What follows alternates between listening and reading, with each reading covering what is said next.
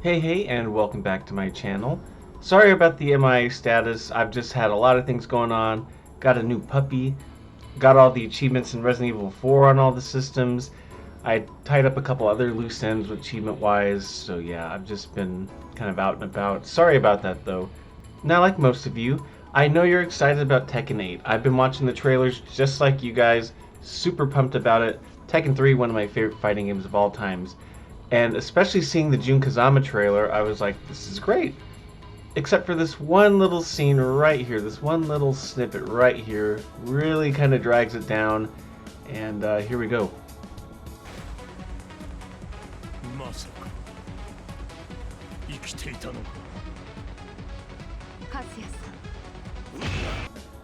So as you can see, Kazuya says, you've been alive the whole time, or you were alive all along. What? So two things about Jun Kazama. One, she loves her son. She literally died for her son in Tekken 3.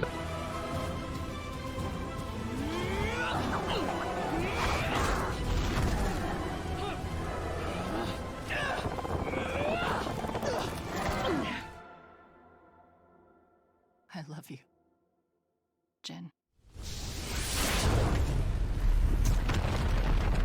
The second thing being, Jun loves Kazuya. She's always looked at him as like a tortured soul, and she's his salvation. She can help him because she loves him. She sees something dark in him, that she thinks that she can cure him or help him. She's always felt that way. For her to linger in the shadows and pretend to be dead the whole time, it just doesn't make any sense. Oh, you're wrong. I was injured just like you were. I was injured by your pain deep in my heart. I tried to save you then, but I couldn't. I'd like to save you now, but I can't reach you if you won't let me. Let you save me? Are you really crying for me?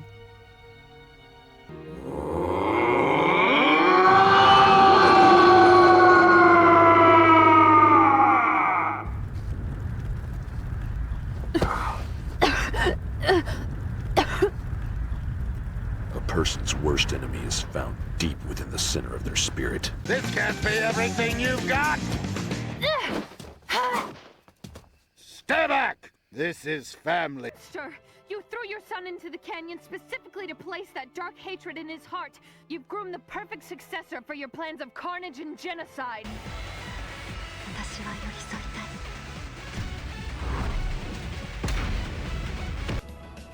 Tekken 3 being one of my favorite fighting games of all time, tied with Mortal Kombat 2 as being my all-time favorite fighting game. The story was incredible. We advanced the storyline 20 years to explain how all these characters are gone. We have the big bad, which was Ogre, come in. He kills basically the whole hidden roster, all the sub-bosses of Tekken 2. He takes all their powers. And then they retcon it to where the only person he killed was King, the original King. That's bullshit. Is Ogre a joke to you? So now the big bad of Tekken 3, the only person he killed was King? So is he a King villain? Like King 2 has to go fight him? But it's bullshit. I mean, he kills King, he kills Jun, Baek, Wang.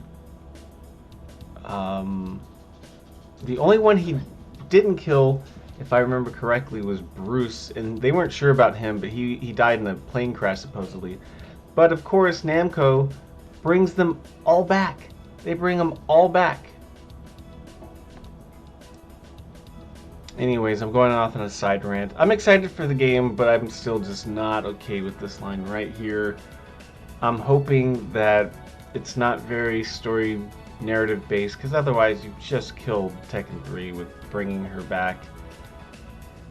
It just doesn't make any sense. She's appeared as an apparition to Jin, or she appeared as an apparition to Jin in Tekken 4, and now that's just Jin hallucinating his mother. It just takes away so much. So I'm hoping that she's in the game. That's great, but story-wise, she's just not really a thing. She's more of like a guest character in the game. I can live with that, but story-wise, she does not belong in the game.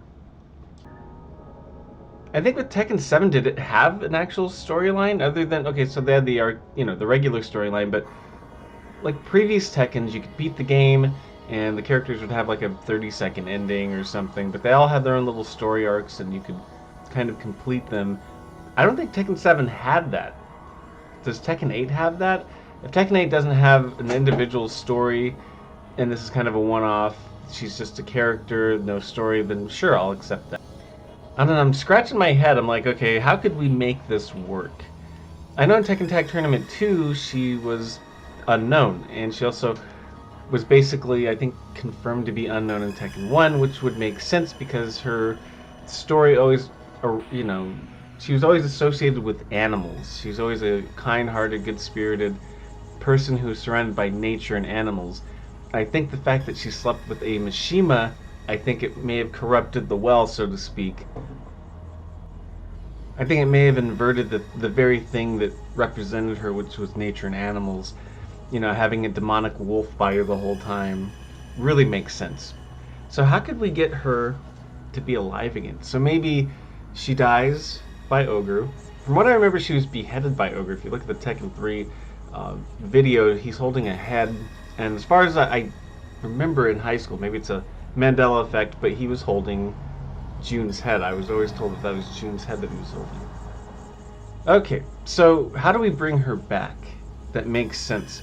Okay, so she dies, comes back as a possessed entity by this wolf, by the Mishima bloodline, so she's unknown. We have Asuka Kazama fight Jun, and Asuka being a pure Kazama, not tainted with the Mishima bloodline, she heals the possessed unknown Jun Kazama. That would be the only way that would make sense and have her come back, but to have Jun be alive the whole time, kind of surveying the events, it really just screws up the whole storyline of Tekken 3. Let me know what you guys think in the comments, of course. I love debating it. Tekken and Mortal Kombat are my favorite fighting games of all time. I take this stuff super seriously for whatever reason, but it's a good problem to have. So, again, thanks for watching, and I'll see you next time. Peace.